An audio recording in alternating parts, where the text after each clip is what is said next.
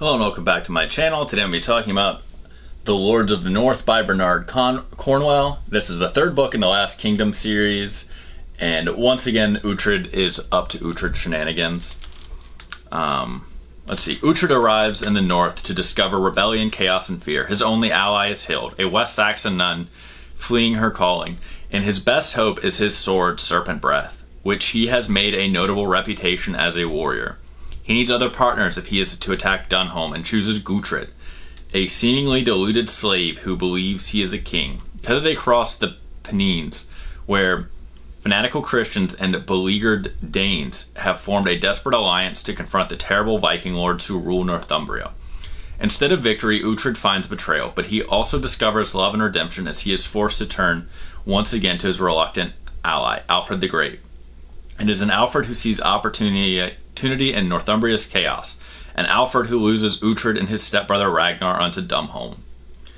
The invincible fortress on its great spur of rock, a breathtaking adventure. Lords of the North is also the story of the creation of England. Oh, I'm sorry. That kind of went into some other stuff. But that's basically the plot of the book. Uhtred does what Uhtred does best. As soon as a major battle is won, he leaves. And that's what happens after he basically helps restore Alfred to power. He leaves as soon as possible, and he takes Hild with him. The beginning of the book, he basically is having an affair with Hild, who is the nun that they saved from the town. But my issue with that is it doesn't really go into much detail, other than the fact that it just kind of says like it as a simple statement. So Hild is basically kind of his love interest for a little bit in this book before it switches to Gutrid's sister. But it just kind of seems like something that was thrown in there haphazardly to kind of explain why Hild is accompanying him. Because other than that, they don't actually spend much time building up Hild as a character. She's just kind of there, and then she's not. She does tell him a couple times to be careful and get out of his own way a bit, especially in the way that he is handling the priest and others that are around. Let me see if I pronounce this guy's name right. Guthred. Because basically Guthred is being proclaimed king after Alfred successfully takes back his kingdom. The other people in Northumbria understand that the Danes can be defeated, and there are basically small rebellions happening all over Northumbria. A lot of this is being stoked on by priests and other people that have, a lot to gain from Danes being overthrown. Of course, Northumbria at this point is being ruled by, I think it's Connaught, who Uhtred and Ragnar have both sworn a blood feud against, and the other is Ivar, who is, I think, the son of Ivar the Boneless. I forget his name. It was Ivar the something. They're all like Ivar, son of Ivar, son of Ivar. But anyway, but luckily for them, he is off fighting the Scots, I believe it says. Yeah, he is off fighting the Scots. This is something that seems to be kind of, I don't know a whole lot about the history other than like I watched some seasons of Vikings. But this seems to be like an overarching arch in the books, is basically the fact that the Danes don't actually like to rule a lot of their lands, other than Connaught. The rest of them very much seem to be putting up these like kings. So like the first place that basically throws off its shackles and is like killing Danes in the streets and doing all this rebellion stuff is ruled by King Egbert, who is one of these kings the Danes put on the throne to be like a puppet king. So people don't really respect them a whole lot, but at the same time they see them as not truly being ruled by the Danes, I think, but more being oppressed by the Danes, because in their mind they have a king, but their king is powerless to stop the Danes because he's being ruled by them. So I think that is something that's definitely gonna keep playing out negatively, kind of like how Sparta's downfall was part of it was the fact that it ruled a kingdom in which 9/10 of the people were all like slaves. So that's gonna go badly given time, and I think that's what's happening. So it definitely does seem like Northumbria isn't going to stand very long, and not just the parts that Uhtred is obviously trying to overthrow. There are a couple other places mentioned in here that I think one was ruled by a guy called Ceolwulf, and then there were some others. Obviously, in the second book, Alfred has made his vision clear. He is thinking outside of just Wessex, right? He doesn't want to just... Taking back the Kingdom of Wessex was part one of his plan, but he envisions a united England. Though we are not yet sure what that means. Uhtred at the time thinks it's madness. He is actually offered a crown twice in this book and turns it down because once again Uhtred cannot get out of his own way to save his life. He is also sold into slavery in this book. That happens about in the middle, so that is not a big surprise. I'm not going to tell you who did it though. But once again, it is simply because he can't get out of his own way, and a lot of it is just comes down to arrogance, right? When he surrounds himself with enemies and basically does not have other warriors at his back to protect him, Uhtred, I think, one of the big issues that we're starting to see, especially in book 3, is he has this very naive idea that all his enemies are going to come at him from the front. He has very much a fantasy version of the Danes, because the way Uhtred talks about the Danes in the first 3 books that I've read so far is very different from the way the Danes are actually behaving in a lot of the things, right? He talks a lot about them as like honorable warriors and this, and this, but then when he's actually among them, they are like raping and pillaging and deceiving, and he talks about how like you can trust their word, but then the moment you turn around and look weak, they attack. So it's like, can you really trust their word? Are they really honorable, Uhtred, or are you just living your life through like these rose-tinted glasses against a whole bunch of people that want to kill you? And of course, a lot of it is obviously he has a lot of issues with not only the way his family treated him when he was in Bebbanburg, but also the machinations of Alfred's court. One thing that I was kind of happy to see in this book is that while he doesn't especially say like he loves Alfred or anything like that, he definitely is starting to show a little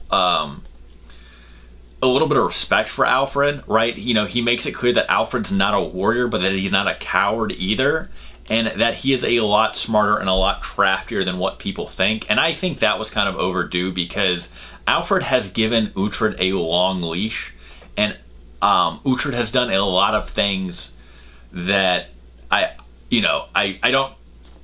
A more tyrannical king would have probably have killed Uhtred by now, just because he is the definition of the person that if you give an inch, he'll take a mile at this point.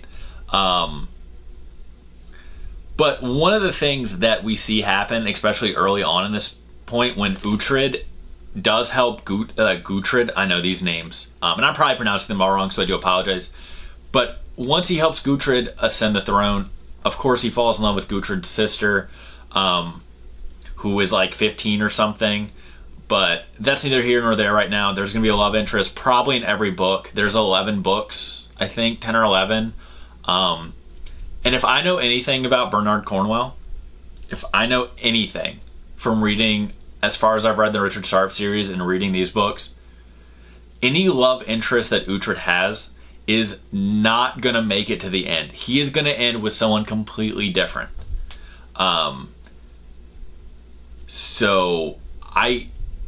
While it is kind of being said that, this is true love and this is this and this, and he wants to marry her and all this, I hope I'm proved wrong in books 4 and 5. I have them placed on hold at the library. I'm going to pick them up sometime in the coming week, but I don't have high hopes for that relationship. I'm going to be 100% honest. It is just not Bernard Cornwell's style, right? Now, I do hope that because of the way it's been built up, that it happens on the page instead of like, one of those off-page deaths or even just an off-page write-off. Or they just kind of disappear and then we don't find out what happened to them until like another book. Really thinking about Mildred in that one. But yeah, so what is interesting is Guthred is able to do what Alfred had not done up to this point. Guthred is basically able to rule the Danes as well as the Christians, right? He kind of forms a peace, because at this point in time, there are a bunch of Danes that just like own farms and stuff.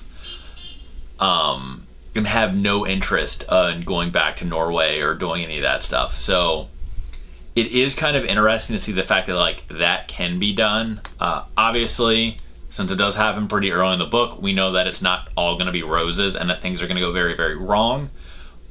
But I think it was a good lesson for Uhtred, who we do know basically from the first book that, you know, he's going to have a pretty powerful political career, and he's going to basically unite a bunch of people. So he needs to start learning how to play nice. Once again, though, this whole book, all the bad things that happened to him could have been avoided if at any point he had just let any of the priests baptize him again for his like third or fourth time, I think, at this point. But he just can't help himself, sadly. So bad things do happen. Uhtred once again loses everything.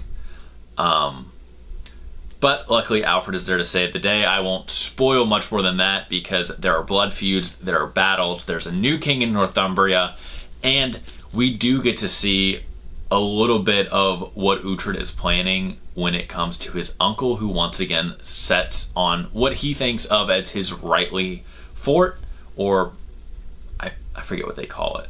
They don't call it, maybe they call it a castle. I don't think they call it a castle, but we'll call it a castle of Bebbanburg. Right, this impenetrable like seaside fortress thing that everyone thinks is basically impenetrable, and that both the Danes and their enemies leave alone. They also kind of bring the Scots into play in this, so I am kind of wondering how they're going to be brought in more, because we do know that the Scots end up fighting a giant war with Ivar, in which Ivar is defeated in this book. So that is kind of interesting, and I am kind of interested to see, you know, if Ireland and Scotland are going to play a bigger part in the series as well.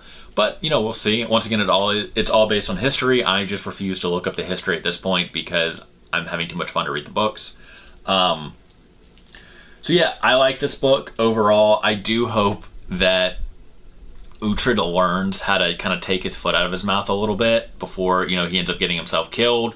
I mean, or at least like stop ruining everyone else's lives around you because you can't just be nice to a priest or be nice to some other like powerful political opponent for more than 5 minutes. But yeah, I mean, basically his arrogance gets him in a lot of trouble. But we knew this from the first 2 books. I really like this book. I'm still excited to see where the series goes. If you didn't like the second book and you're like, I don't know if I want to keep reading the series, I would say read the 3rd book.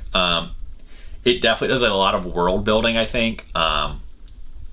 You know, I enjoyed this book a lot. I'm going to read the 4th book and the 5th book. I have both on hold, so I will be doing videos on those as well. And then I'll probably watch the Netflix series. I got to figure out how far along the Netflix series is via the book series before I start watching it.